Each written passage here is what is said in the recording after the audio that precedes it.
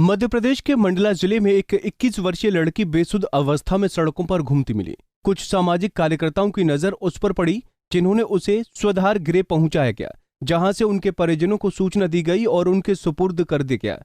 कई महीने से ये लड़की मंडला जिले की गलियों में घूम रही थी, लेकिन किसी भी व्यक्ति की नजर इस पर नहीं पड़ी।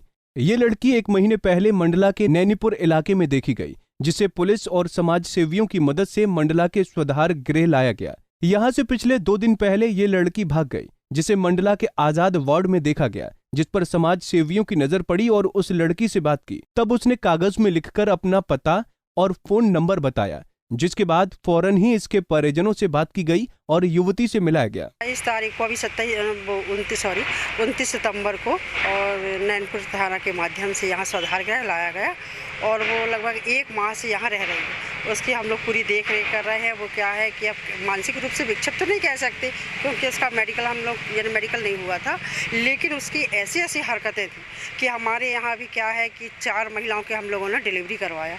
तो वो छोटे से बच्चे हैं, कोई 1 माह की है, कोई 12 दिन का बच्चा है। तो वो ऐसी हरकतें कर रही थी कि पानी टंकी में ले जा के बच्चों को डुबा रही थी। तो फिर उसको हम लोग समझा के 1 माह तक रखी और उसका नहलाना धुलाना पूरी तरह से खाना खिलाना सब। फिर भी उसकी हरकतें ऐसी थी यानी कि वो कह रही थी कि बस मैं यहाँ नहीं रहती, भाग जाऊँगी।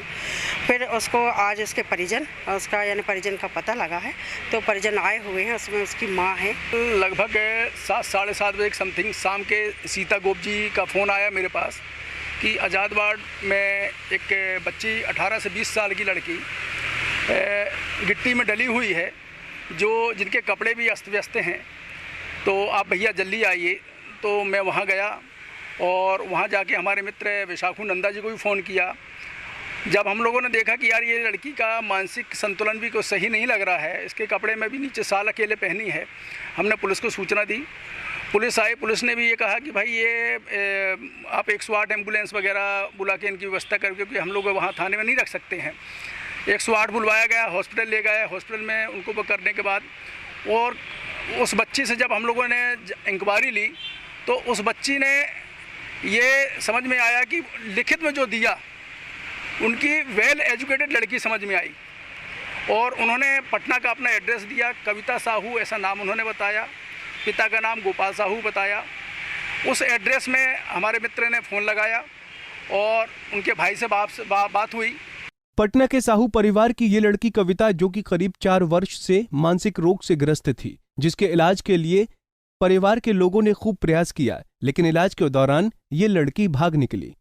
उसके गुम हो जाने के बाद परिवार के लोगों ने खूब ढूंढने की कोशिश की, लेकिन उसका कोई पता नहीं चला।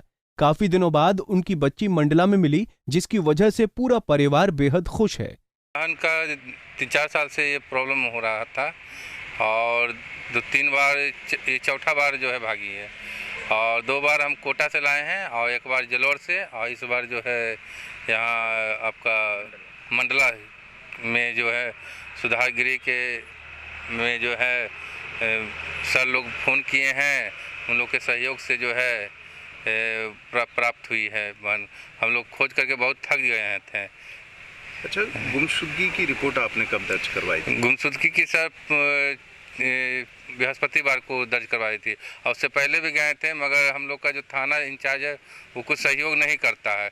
उससे पहले भी हम लोग दिए थे, मगर कोई सहयोग नहीं। हम लोग जो है स्वयं ढूंढ करके, और या तो कहीं पर मिल जाती थी तो वहाँ से फ़ोन आ जाता था, तो हम लोग तुरंत वहाँ से उनको रिसीव कर लेते थे। बता दें कि कविता मानसिक रूप से विक्षिप्त है, हालांकि परिवार कविता के मिलने के बाद से काफी खुश है। पंजाब केसरी टीवी के लिए मंडला से अरविंद सोनी की रिपोर्ट। हमसे जुड़े रहने के लिए हमारे YouTube चैनल को सब्सक्राइब करें और नई वीडियो की नोटिफिकेशन के लिए बेल आइकॉन को दबाएं। अगर आप ये वीडियो Facebook पर देख रहे हैं तो लाइक जरूर करें और ज्यादा से ज्यादा शेयर करें। धन्यवाद।